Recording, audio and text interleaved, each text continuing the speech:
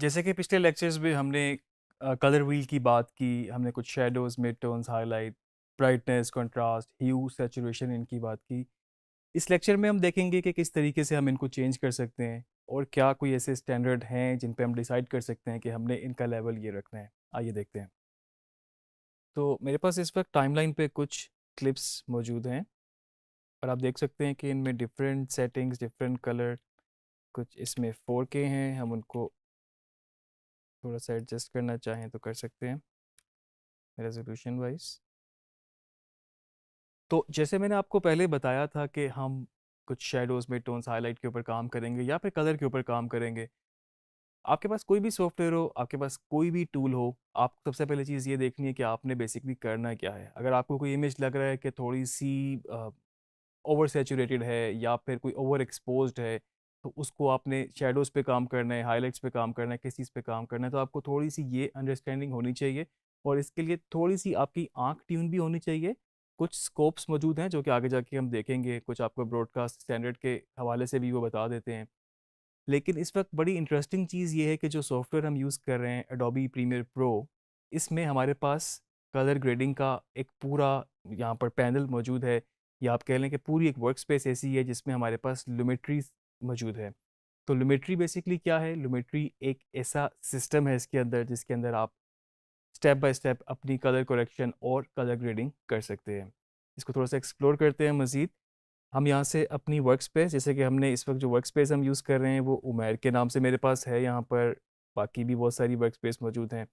तो कलर के लिए एक डेजिग्नेटेड वर्क स्पेस है। इसको मैं अगर क्लिक करूँगा तो आपके पास आप देख सकते हैं कि कुछ चीज़ें जगहों से हिल चुकी हैं और आपके पास यहाँ पर लुमेट्री कलर का एक पूरा यहाँ पर एक पैनल, एक विंडो खुल चुकी है। जिस तरह इफ़ेक्ट कंट्रोल विंडो में हम काम करते हैं, किसी भी क्लिप को अगर हम पकड़ेंगे, सिलेक्ट करेंगे, तो आप देख सकते हैं यहाँ पर चीज़ें, ऑप्शंस आपके पास हाईलाइट हो गई। इसमें फर्दर आपके पास टैब्स हैं, बेसिक कलर करेक्शन है आपके पास, क्रिएटिव है, कर्व्स हैं, colour wheels and match, HSL secondary और आपके पास विनिएट। तो ये बेसिकली इस तरह से ही डिज़ाइन हुआ है। अगर आप प्रोसेस देखते हैं कलर ग्रेडिंग का या कलर करेक्शन का, तो आपके पास इस तरह से स्टेप बाय स्टेप आप चीज़ें कर सकते हैं। सबसे पहले मेरे पास यहाँ पर बेसिक में मैं जाऊँ तो आप देख सकते हैं कि आपके पास वाइट बैलेंस आ रहा है। अगर मैंने जिस तरह पहले बात की थी कि आपका कोई कलर टेम्परेचर इस तरह का है जो कि सही शूट नहीं हुआ, उसको आप यहाँ से सेट कर सकते हैं। अभी जो मेरे पास कुछ आर्काइवल क्लिप्स हैं जो कि मैंने वेबसाइट से लिए हैं, तो इसमें जो कलर्स आपको नज़र आ रहे हैं काफ़ी बैलेंस नज़र आ रहे हैं। मैं इस तरह से करता हूँ, आपके पास एक ऐसी वीडियो लेकर आता हूँ जिसमें कलर्स थोड़े से, ज़रा आप समझ लें, प्रोडक्शन के वक्त ही थोड़े से डिस्टर्ब हुए हुए हों। मैं एक नई फाइल इसमें इंपोर्ट करता हूँ। ये मैंने एक फ़ाइल इंपोर्ट की और आप देख सकते हैं इसमें इसमें जो, अगर मैं अपनी सिर्फ आँख की ही बात करूँ इस वक्त, तो इसमें मेरे पास मुझे जो इस वीडियो में नज़र आ रहा है, तो बेसिकली इसमें ब्लू मुझे ज़्यादा नज़र आ रहा है। तो हम ये कह सकते हैं कि इसका वाइट बैलेंस सही नहीं है, जो इसमें ब्लू एरिया ज़्यादा है, इसमें ब्लू कलर ज़्यादा है।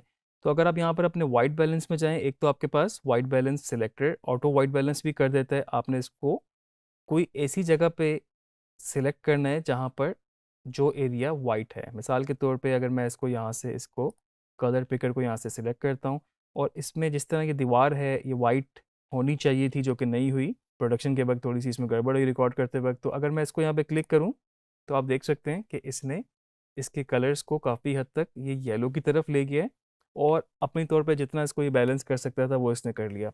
एक बात ज़रूर याद रखिएगा कि इसमें एडिटिंग के अंदर या पोस्ट प्रोडक्शन के अंदर कोई, बिल्कुल आप ये नहीं कह सकते कि कोई मैजिक नहीं हो सकता। अगर कोई ऐसी चीज़ जिसकी डिटेल उड़ चुकी है, मतलब ओवर हो चुकी है वो, तो उसको वापस सही करना बहुत मुश्किल है। अगर कोई थोड़ा-सा ब्लू उसमें ऐड होता या फिर थोड़ा-सा येलो होता, आप उसको एडजस्ट ज़रूर कर सकते थे। अभी इसने इसको एडजस्ट ज़रूर किया, लेकिन आप देख सकते हैं कि वो बिल्कुल एक्यूरेट नहीं हो सकी। फर्दर अगर जिस तरह यहाँ पर ही मेरे पास ये रीसेट की ऑप्शन मौजूद है, आप देख सकते हैं कि ये डिफरेंस था पहले, और अगर मैं इसको अंडू करूँ और आप यहाँ से एफएक्स को ऑन ऑफ करके भी देख सकते हैं कि ये हमारे पास पहले इमेज थी और हमने सिर्फ एक ऑटो वाइट बैलेंस किया तो उसके बाद इस तरह से हो गई। मैं इसको रीसेट कर सकता हूँ और मैं चाहूँ तो इसको मैनुअली भी एडजस्ट कर सकता हूँ। आप देख सकते हैं अगर मैं इसको लेफ़्ट की तरफ लेके जाऊँगा जो कि इस वक्त टेम्परेचर ब्लू की तरफ है, कूल की तरफ है, तो और ब्लू कर रहा है इसको, और अगर राइट लेके जा रहा हूँ तो वो उसको वार्म या फिर येलो की तरफ लेके जा रहा है। तो सबसे पहले तो अपना वाइट बैलेंस यहाँ से एडजस्ट कर सकते हैं। कुछ अगर आपको लगता है कलर सही नहीं है, आप यहाँ से इसको टेम्परेचर और इसका टिंट आप देख रहे हैं कि इस वक्त ये ग्रीन और मैजेंटा की तरफ आप इसको लेके जा सकते हैं। ये जो छोटे छोटे आपके पास एक सर्कल नज़र आ रहे हैं, इसको डबल क्लिक करेंगे तो ये रीसेट हो जाएंगे। जितना आपने इसको मूव करना है आप इसको मूव कर सकते हैं। और ये फिगर्स भी आप बिल्कुल इसको याद नहीं रख सकते, आपको हमेशा से ही अपनी आँख से इमेज को देख के साथ में आपने वैल्यूज़ चेंज करके देखना है।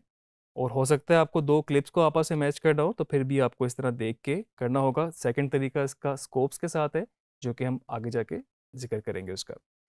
उसके अलावा मैं नीचे अगर थोड़ा सा हो तो मेरे पास ओवरऑल एक्सपोजर है। इसका एक्सपोजर मैं कम करूँगा तो ये इसको डार्क कर देगा। आप देख रहे हैं आपका इमेज बिल्कुल डार्क हो रहा है इस वक्त। इस पे प्रोग्राम विंडो पे बेसिकली आपके पास जो भी सारा काम हो रहा है वो हो रहा है। और अगर मैं इसको एक्सपोजर को बढ़ाऊंगा तो ओवरऑल इसके सारे levels blacks mids whites exposure में एक साथ बढ़ रहे हैं। मेरे पास कॉन्ट्रास्ट की ऑप्शन मौजूद है। इसका देखें इस वक्त ये लाइटर एरियाज़ को मज़ीद हाईलाइट कर रहा है, इस तरफ लेके जाऊंगा तो डार्कर एरियाज़ को मज़ीद डार्क कर रहा है।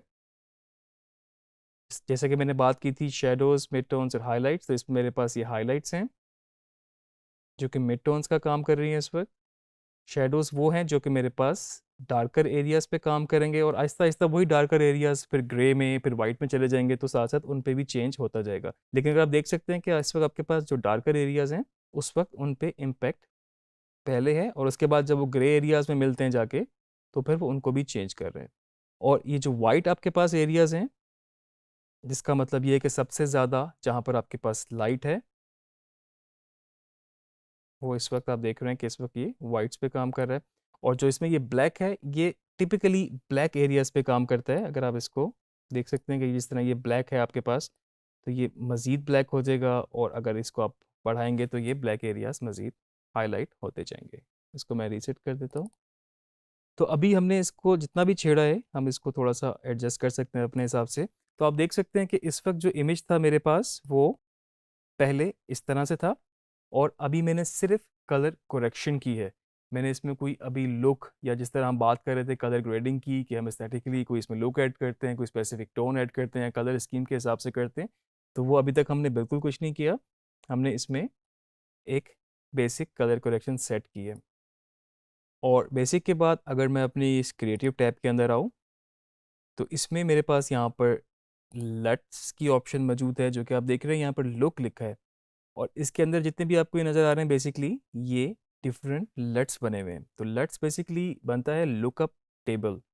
लट्स आप अपने क्रिएट भी कर सकते हैं, और अभी कह लें कि ये कलर ग्रेडिंग के हवाले से या लुक के हवाले से बने बनाए प्रीसेट्स हैं।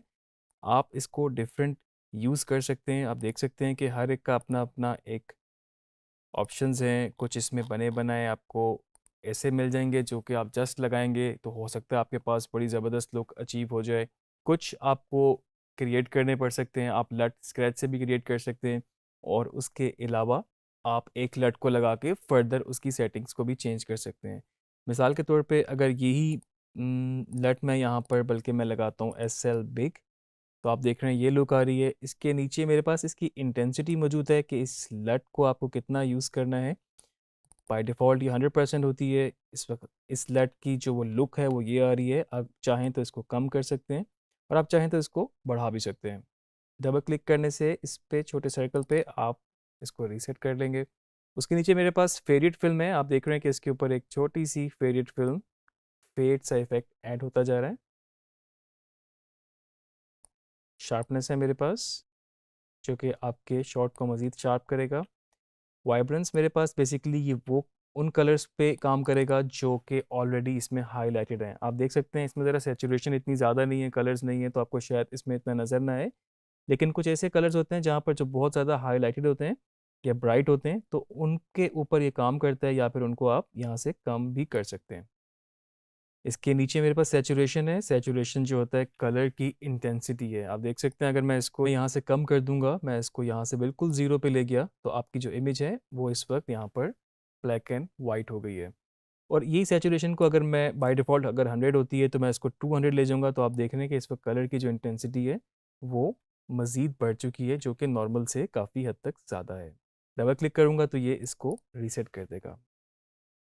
इसके नीचे मेरे पास यहाँ पर जिस तरह के हमने पहले अपने कलर व्हील्स को देखा था, बिल्कुल उसी ही तरह के मेरे पास यहाँ कलर व्हील्स मौजूद हैं, जो कि शैडो टिंट और हाइलाइट टिंट के नाम से हैं। शैडो टिंट का मतलब ये है कि ये इस वक्त जो कलर्स हैं, ये शैडोज़ पे जाएंगे और आहिस्ता आहिस्ता शैडोज़ अगर मिक्स हो रहे हैं आपके पास दूसरे मिड टोन्स और हाइलाइट्स में, तो ये उस तरफ भी जाएंगे। अगर मैं इसको देखें येलो की तरफ लेके जा रहा हूँ, इस वक्त जो ब्लैकर डार्कर एरियाज़ हैं वो येलो की तरफ हो रहे हैं, और ये हाईलाइटेड एरियाज़ है मेरे पास। अगर मैं मेजेंटा की तरफ लेके जाऊँ, उसका आप देख सकते हैं कितना इसको चेंज किया है इसने। और उसके अलावा ग्रीन की तरफ लेके जाऊँ, ब्लू की तरफ लेके जाऊँ, तो आप देख सकते हैं कि इसमें इमेज में आपके जो वीडियो है उसमें चेंजेस होती जा रही हैं। इस छोटे से पॉइंट को डबल क्लिक करूँगा तो ये इसको रीसेट कर देगा, क्योंकि ये जो कलर्स हैं ये बेसिकली हम आगे जाके भी उसमें अपने कलर व्हील्स में देखेंगे। क्रिएटिव के टैब पे दोबारा क्लिक करने से वो उसको बंद कर देगा और नीचे मेरे पास कर्व्स हैं। जैसे कि मैंने आपको बताया था पहले कि आप डिफरेंट तरीक़ों से कर सकते हैं, तो इस वक़्त जो कर्व्स हैं बेसिकली ये भी वही काम कर रहे हैं मेरे पास, जो ऊपर शैडोज़ ने, हाइलाइट्स ने या फिर वाइट्स ने काम किया था। तो ये इस तरह मेरे पास जो ये कर्व्स बने हुए हैं, इन पे भी आप इसी तरीके से काम कर सकते हैं। जो नीचे वाले एरियाज़ हैं वो इस वक़्त मेरे पास शैडोज़ हैं, डार्कर एरियाज़ हैं, ये मेरे पास इसके मिड टोन्स हैं, और ऊपर जो पॉइंट है मेरे पास ये इसके हाइलाइट हैं। मैं आपको करके दिखाता हूँ, आपको मज़ीद क्लैरिटी होगी इसकी। मिसाल के तौर पे ये जो लाइन लगी हुई है, इसको अगर मैं यहाँ पे क्लिक करूँ, तो आप देख रहे हैं खुद ही इसने एक पेन टूल की शक्ल में प्लस का मुझे साइन दे दिया है, और जब मैं क्लिक करूँगा तो एक यहाँ पे डॉट ऐड हो गया है। इसको मैं ऊपर मूव करूँगा तो इस वक्त ये जो इसके मिड टोन्स हैं, ये उसको बढ़ा रहा है, और आप देख रहे हैं मिड टोन्स आहिस्ता आहिस्ता फिर हाइलाइट्स या फिर वाइट्स की तरफ चले गए हैं, और ये इसने इसको बिल्कुल ओवर एक्सपोज कर दिया है। इसको मैं कम करूँगा यहाँ से, तो वो आप देख रहे हैं आपकी वीडियो पे वो कम हो रहा है। और इसी तरह से ये शैडोज़, ये इस वक्त जो डार्कर एरियाज थे देखिए उनको बढ़ा रहा है। आप देख रहे हैं कि ऊपर इतना बढ़ा दिया है कि वो इस वक्त ओवर लगने लग गया है। और इसको मैं अगर इस तरफ दबाऊंगा नीचे की तरफ, तो आप देख रहे हैं कि इस वक्त आपके जो शैडोज़, जो डार्कर एरियाज थे, वो मज़ीद डार्क हो चुके हैं। इसी तरह से जैसे कि मेरे पास सबसे ऊपर ये वाइट एरियाज थे, इसको मैं यहाँ से मूव करूँगा तो आप देख रहे हैं कि वो इस वक्त उसको इतना वाइट कर रहा है कि वो इसको बिल्कुल ओवर कर लेता है। मैं यहाँ से चाहूँ तो इस पॉइंट को डिलीट कर सकता हूँ डबल क्लिक करके, और अब इस वक्त आप देखें कि इसको मैं यहाँ से मूव करूँ तो वो उसने इसको इतना वाइट कर सकता है कि वो बिल्कुल ही इसको ओवर एक्सपोज कर देगा। और वही वाइट एरियाज मैंने कम करने हो तो मैं इसको यहाँ से पकड़ के नीचे करूँगा। तो इन कर्व्स का फ़ायदा ये होता है कि आप इस पे मल्टीपल तरीके से काम कर सकते हैं, कि आपने अगर यहाँ से वाइट एरियाज़ को बढ़ाया तो यहाँ से आपने शैडोज़ और मिड टोन्स के बीच में, तो उनको आपने यहाँ से कम कर दिया। तो आप देख सकते हैं आपके पास कर्व्स की शक्ल में एक यहाँ पर फॉर्म बन गई है, और आप अलग अलग तरीके से शैडोज़, मिड टोन्स, हाईलाइट पे काम कर सकते हैं। इसकी अच्छी बात यह है कि आपके पास सिर्फ शैडो, मिड टोन्स, हाईलाइट के अलावा आपके पास यहाँ पर कलर्स की ऑप्शन भी मौजूद है, जो कि प्राइमरी कलर्स हमारे पास रेड, ग्रीन, ब्लू। अगर मैं चाहूँ तो रेड एरियाज़ को मिड टोन से, या फिर मैं इसके शैडोज से, या फिर जो इसके हाइलाइटेड एरियाज़ हैं रेड के, उस पे भी काम कर सकता हूँ। आप देख रहे हैं कि इस पर रेड कम करने से ब्लू की तरफ वो जा रहा है, क्योंकि जो रेड का ऑपोजिट होता है वो ब्लू है। मैं इसको रेड को नीचे कर रहा हूँ तो वो ब्लू की तरफ मूव हो रहा है कलर उसका। रेड को बढ़ाने से वो इस वक्त रेड इसमें ऐड हो रहा है। इसी तरीके से ग्रीन है, इसका भी सेम यही है। आप ग्रीन बढ़ाएंगे या फिर इसके ऑपोजिट जाएंगे तो वो उसी तरह से आपको वो लुक देगा। ब्लू में भी, अब ब्लू ऑलरेडी बहुत था, ब्लू कम करेंगे तो उसका जो ऑपोजिट कलर है हमारे पास कलर व्हील में येलो, तो वो उसकी तरफ ऑटोमेटिकली मूव होता जाएगा। आप चाहें तो बेसिक से भी कर सकते हैं, या आप चाहें तो दोनों के कॉम्बिनेशन से भी कर सकते हैं। अभी तक जो हमने देखा है, आपको लेफ्ट पे भी इमेज नज़र आ रही है जो कि बिफोर थी, या हम इधर से भी इसको एफेक्ट्स को क्लिक करेंगे ऑफ करके, तो आप देख सकते हैं कि इस वक्त हमारे पास इनिशियल ये फुटेज थी, और जितना भी हमने इस पे अभी बेसिक कलर करेक्शन से, क्रिएटिव से, कर्व से जो काम किया है, वो आपके पास अभी तक ये कुछ एक उसकी लुक बनी है। कर्व्स के नीचे हमारे पास कलर व्हील्स और मैच के नाम से एक टैब है।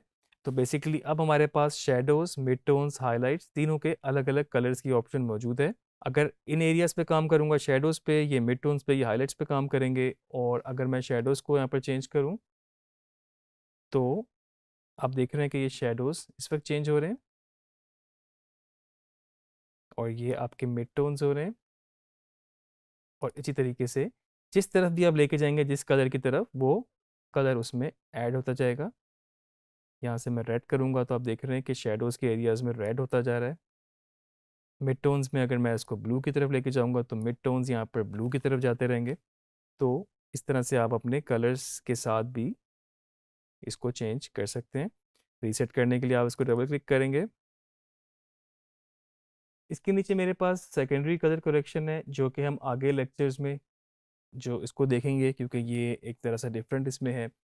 और सबसे आखिरी टैब है इसमें विनिएट मेरे पास, जो कि बेसिकली क्या करता है, अगर मैं इसकी वैल्यूज़ को चेंज करूँ तो एक आपको एजेस में ये साइड पे बिल्कुल थोड़ा सा एक डार्क किस्म का एरिया दे देता है। अगर मैं इसको आगे लेके जाऊंगा तो वो वाइट एरिया दे देगा, और अगर इस तरह लेके जाऊंगा तो आप देख सकते हैं यहाँ पर आपको इसने हाईलाइट कर दिया, डार्क कर दिया। इसको मैं अगर ऑफ करूँ यहाँ से तो ये इसमें डिफरेंस आ रहा है।